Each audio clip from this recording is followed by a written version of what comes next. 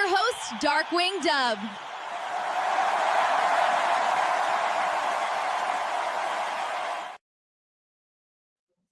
Hey, what is going on, everybody? You're gonna have to excuse me. I'm a bit under the weather right now, but I needed to make this because boxing is very important to me. Um, I feel like boxing uh doesn't get enough its just due, doesn't get its just due. Everybody's focused on professional wrestling, rightfully so. I mean, I do professional wrestling also, UFC and stuff like that, but I don't see very many people covering boxing. So, you know what? I'm gonna make that my mission to cover boxing more because I love boxing. I grew up on boxing. Before there was football for me and basketball for me and baseball for me, it was boxing. It was Evander Holyfield, it was Mike Tyson, Lennox Lewis, George Foreman, Riddick Bowe, all the big heavyweights. That's back when heavyweight boxing was at its highest, right? But so what I'm going to talk about is what happened yesterday. What happened yesterday? Typically, we see Canelo fighting on Cinco de Mayo, but yesterday it was Naoya Inoue and David Benavidez. David Benavidez. So, what all happened yesterday? Or before we get there, let's look at because the month of May is pretty stacked. We already had Naoya Inoue versus Junto Nakatani. We had David Benavidez versus Gilberto Ramirez, Armando Reséndiz versus Jaime Munguía. Then coming up next weekend, we have Fabio Wardley versus Daniel Dubois for a heavyweight title, WBO heavyweight title.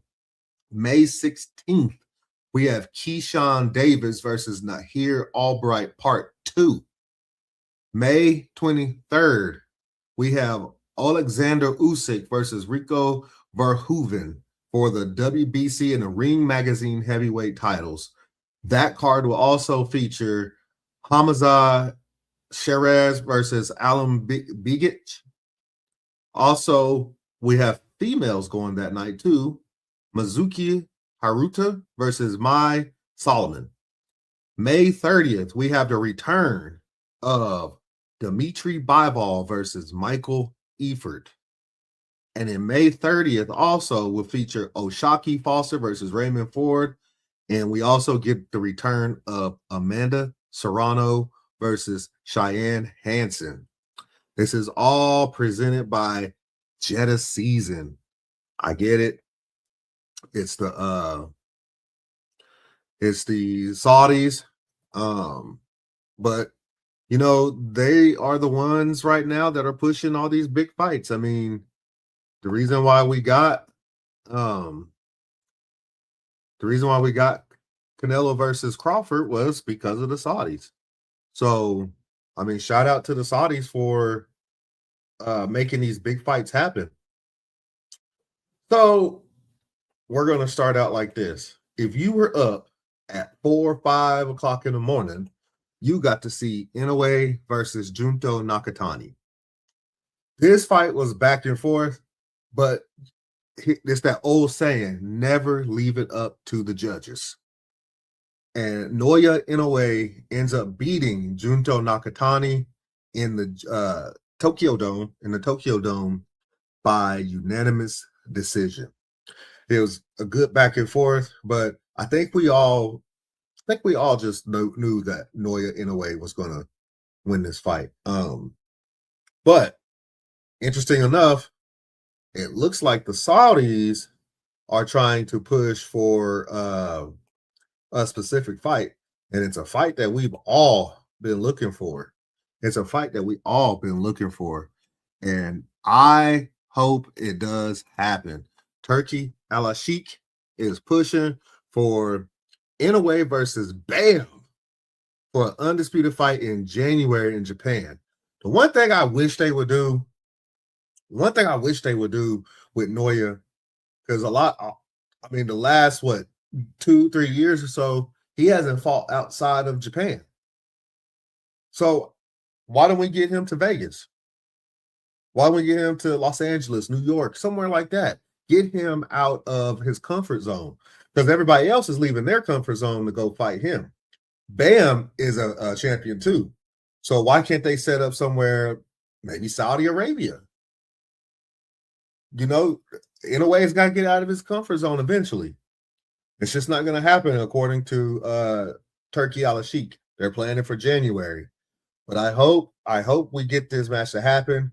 We've all been clamoring for this fight. And we all know that when Bam gets in there, hey, he gonna hit you. He gonna hit you hard. But Inoue, that monster, you never doubt the monster. So y'all be on the lookout for the announcement of Inoue versus Bam. And then I'll probably make a video record about, you know, the potential fight. But as of right now, it's in the works, and we'll see when it gets announced. So later on at the night, Saturday night, we had the typically we have on Cinco de Mayo. I can't remember like I said, I'm not feeling too well, so my mind's all over the place. Typically on Cinco de Mayo weekend, we see Canelo Alvarez, but today last night we saw Benavidez versus Zurdo, with the co-main event being Munguía and Reséndiz. But we're going to start with Fierro versus Duarte, right? Fierro versus Duarte, that match or that fight was fucking awesome. First off, let me say the entire card was amazing. Shout out to PBC because the entire card was fucking awesome. It was amazing. I was glued to the TV for every fight. Every fight, I was glued to the TV. Fierro versus Duarte. The first 4 rounds went to Duarte, and then he got clipped. He got clipped with a looping right. Got him back here, busted his ear open and everything. And that's when the fight changed. Fierro took over that fight. I believe they split the last 2, but I thought Fierro won that. I get it. He came in overweight, but he had already lost $40,000 of his purse. So there was no reason for him to lose that. That was that. I mean, it's that old saying, never leave it up to the judges. And that's what happened. Duarte ended up getting the win. He got booed. The fans were not happy that Duarte got the win. So hopefully they run it back. And Fierro can prove everybody why he should have won. But Duarte won the fight, super lightweight title. But I thought Fierro, once he hit Duarte with that looping right and hit him in the ear and busted his ear up, that's when the entire fight changed. And Duarte pretty much ran away with it. I don't know what the judges were seeing, but I saw it. The commentating team said the same thing. Like, but like I said, never leave it up to the judges. And that's what happened. So I think they'll figure out a way to run it back. Maybe Fierro make weight or not. But I think they have to run this back. Fierro deserves to have his get back, and maybe this time he'll make weight. This was followed by the co-main event. The co-main event was Reséndiz versus Jaime Munguía. I know everybody's been wanting to see Jaime Munguía get another title. And he did it. He fought. He absolutely dominated him. Jaime Munguía put on a boxing clinic against Reséndiz. There's really not much else to say. He beat him up pretty good. And this is the same Reséndiz that beat in shocking fashion Caleb Plant. He beat Caleb Plant. So we thought this match was going to be, or this fight was going to be pretty even. Maybe Reséndiz would take it to him, but it's almost like he didn't have a game plan for Munguía. On top of the fact, Munguía also is now training with Canelo. So I'm positive that helped him. You know, Can't beat him, join him. Eddie Reynoso went to work with Munguía, and now he's a champion. So shout out to Jaime Munguía for winning another championship. Now, the main event of the evening was Zerto versus the Mexican monster David Benavidez. You know what? I'm not even going to say nothing. Let's just see what happened at the end of this fight. Body shot by Benavidez. And the hands. Rattling Ramirez again. Backs him up. Hurts him. Ramirez takes a knee. He's down for the second time in the fight. And it could be over. 7, 8. Ramirez can't continue. History has been made. David Benavidez.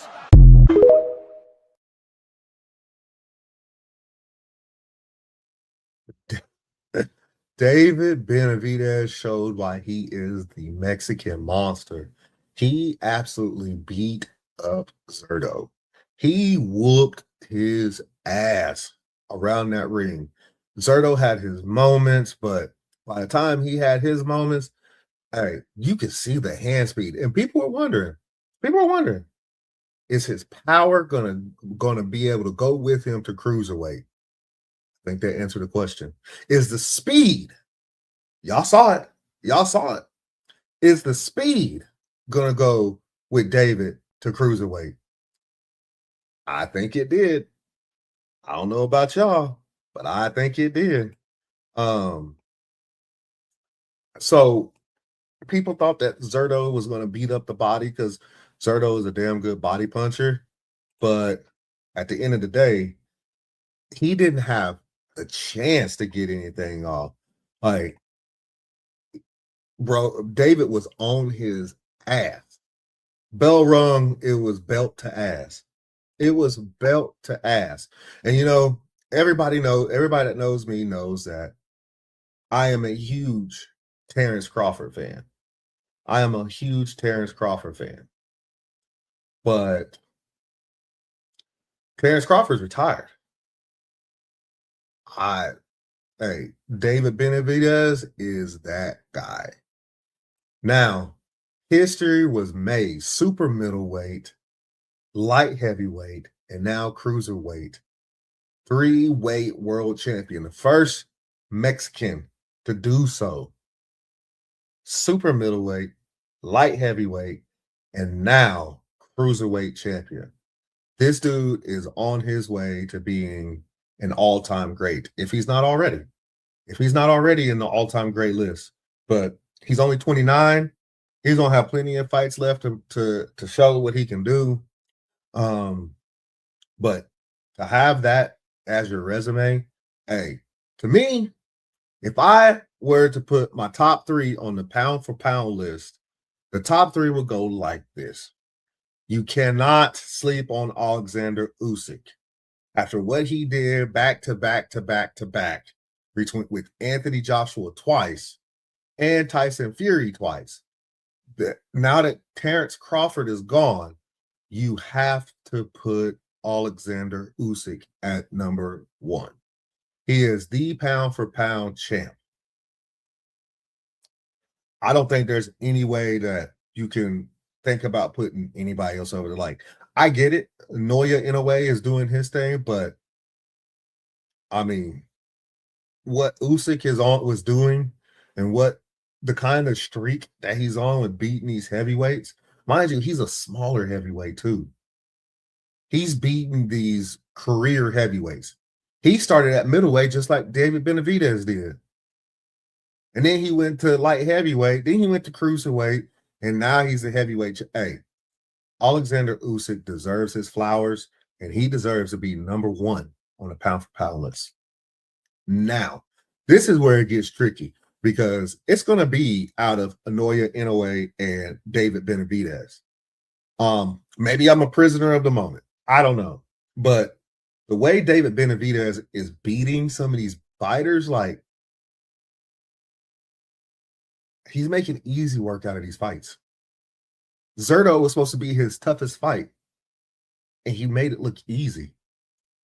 So number 2 to me right now in the pound for pound list has to be David Benavidez. And then Naoya Inoue is a close third. There's nothing wrong with that. Nothing at all. But I think it has to go Usyk 1, Benavidez 2, Inoue 3. So what is next for David Benavidez now that he's a 3-weight champion? He can go back down to super middleweight, he can go back to light heavyweight, or he can stay at cruiserweight. So we know he called out once again Canelo Alvarez. He also called out Dimitri Bivol, but I think he wants Artur Beterbiev first. But he did say Bivol is number 1 on his hit list. But if Canelo comes a calling, you're not going to say no to that, because he's been calling Canelo out for a long time now. And quite honestly, I know Mexico, all of Mexico loves Canelo Alvarez, but Canelo don't want that smoke. There's a reason why he's ducked him for as long as he has. Every time Benavidez fights, he ends up calling out Canelo. Canelo is not going to fight him. He has nothing left to prove either. So honestly, I don't blame him. But then again, why would you want to leave that on the table? You fought Terrence Crawford. Now you fight the Mexican Monster. Give the people what they want. Now, is that going to happen? Probably not. Canelo, like I said, Canelo don't want that smoke with the Mexican Monster. He don't. There ain't too many people out there that do want the smoke with the Mexican Monster. So I think the fight with Bivol gets made first, and then maybe Artur Beterbiev. But if I was a betting man, after Bivol, if he beats Dimitri Bivol, I think this guy comes a calling. Jay Apataya. Hey, he ain't no slouch. And he said something after David Benavidez got rid of Zerto. Enjoy your victory, champ. See you soon. So Jay Apataya wants that smoke with the Mexican Monster. And to me, after what I saw Jay Apataya do as the inaugural cruiserweight Zuffa champion, I want that. Jay Apataya versus David Benavidez, I want that next. It's not going to happen because I think what's going to hold Jay Apataya back is going to be the fact that he's fighting for Zuffa Boxing. And Zuffa Boxing is just going to have to go out and prove themselves as to why they deserve to have these bigger fights. I think David has already said something along the lines of, I don't know why he signed with Zuffa. He's going to have to come back over here if he wants those fights. He's probably right. People don't trust Dana White. And the way that he's done UFC, do you blame him? He don't pay these fighters. So I think if Jay Apataya wants to fight David Benavidez, he's going to have to step outside of the Zuffa Boxing and fight like that. But I wouldn't, I think this is the most intriguing fight for the Mexican Monster. This would be the most intriguing fight for the Mexican Monster, would be Jay Apataya. I think he can match him speed, and he can match him with power. The one thing that held Zerto back was the fact that he couldn't match the Mexican Monster speed. He couldn't match it. The speed was just too much. I mean, we're talking about the footwork, the speed, the hand speed. The hand speed is what he couldn't keep up with. I mean, if y'all watch the fight, the 5, 6, 7 punch combinations that he was just like, Zerto that didn't know what to do with himself. Benavidez is just too fast for a bigger guy. But the Mexican Monster and Jay have like similar body builds. So I believe Apataya will be able to keep up with him with speed, boxing, foot speed. This is what Jay Apataya can do, is foot speed. Maybe not so much hand speed, but foot speed. and he can match him with power. So if I'm the Mexican Monster, I'm figuring out a way to make this happen. If not, then we go to Dimitri Bivol.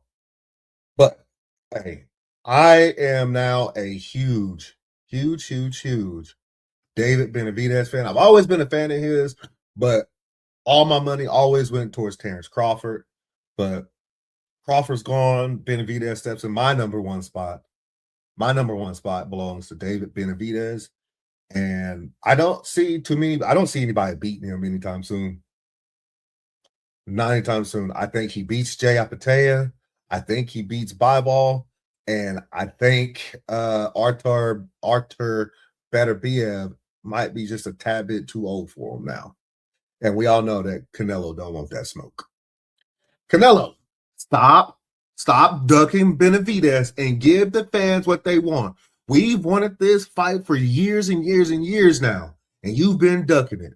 You fought Terrence Crawford before you fought David Benavidez. It is time to fight David Benavidez. Light heavyweight, you fought Dimitri Bivol twice. Light heavyweight. Go up to light heavyweight and fight David Benavidez. Give the people what they want. It's not going to happen, but it's worth a shot. Anyways, that is my boxing show for today. I hope y'all enjoyed. Be on the lookout for more boxing. Be on the lookout for more professional wrestling. And the NBA playoffs is heating up.